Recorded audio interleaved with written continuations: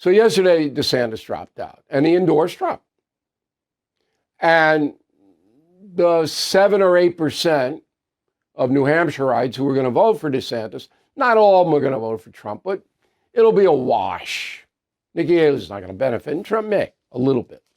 Now, I'm not going to pile on DeSantis. I mean, these people who do that, again, that's cable television. If you go and you watch tonight, they'll be kicking the hell out of DeSantis. That's it. Good job running Florida.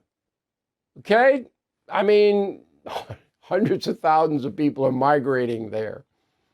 So, and he might get another shot, but boy, he just doesn't have that public persona that you need today. He just doesn't have it. Maybe his wife could campaign for him, because she's pretty energetic and, out there, but him, pretty dour, D-O-U-R. That's the word to describe Governor DeSantis. All right, let's get another perspective here. Doug Schoen, one of our favorite guests, he's a Democrat political strategist, comes to us today from Miami because he's afraid of the chilly weather up here in New York. He's the author of the book, Four Presidents, Kennedy, Nixon, Biden, Trump, Leaders Who Changed History. You might want to check that book out. Great election reading. So you agree with me, I think, that Trump will take New Hampshire tomorrow? Yeah, I think so. The only point of difference is I think it'll be double digits, Bill, but I think you're right on the money. How does Nikki Haley react to that defeat? Well, I think you said 3 weeks ago it was over for DeSantis. You were right. You were ahead of the curve.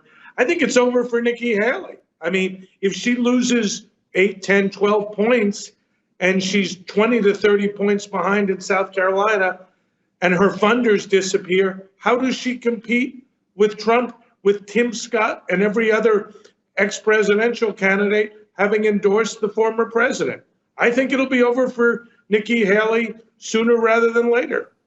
Well, the odds of her defeating Trump in South Carolina are infinitesimal, but that doesn't mean she has to drop out.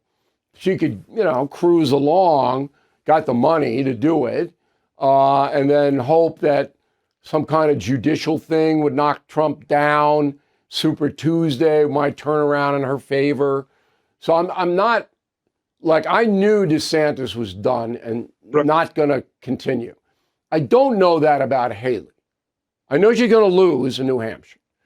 But then afterward, I can't right now predict. I could guess, but I don't like to do that. I would tell you as a political strategist, my best guess is that she will figure out after New Hampshire, if she loses, as we're speculating, she will recognize. All right, so you think she gets out? Does she endorse Trump? I think ultimately she will, because she has no choice. Okay. So she wants to stay within the party confines, doesn't want to be banished from the party. Correct. So she would endorse Trump. So then it's over.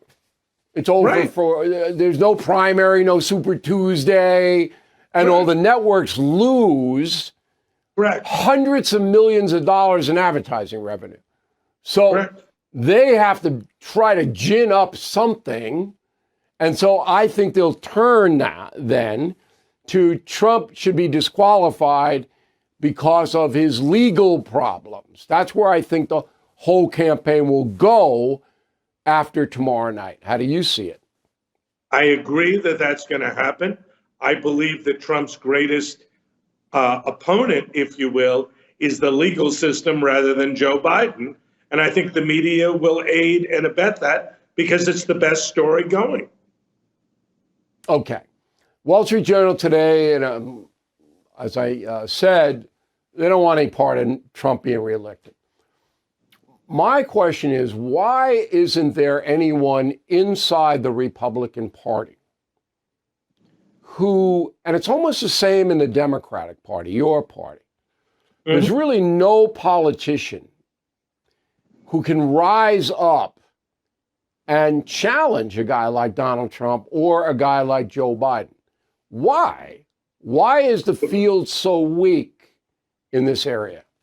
Well, two reasons. On the Republican side, because Trump dominates, period. On the Democratic side, We have a very weak vice president in Kamala Harris, who's even less popular than the incumbent president. We have only one person who could run a national campaign. I think he's 4 years away, Gavin Newsom. And the only other person who could run is Michelle Obama, and the chances of her running are very, very slight. Okay.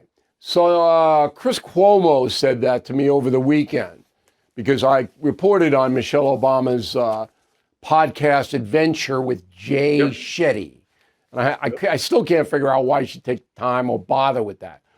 But Cuomo said to me that she's never going to run. And Cuomo, you know, is a Democrat, and he's in there with all the, and they all talk to him and all that. Now you're telling me she's not going to run.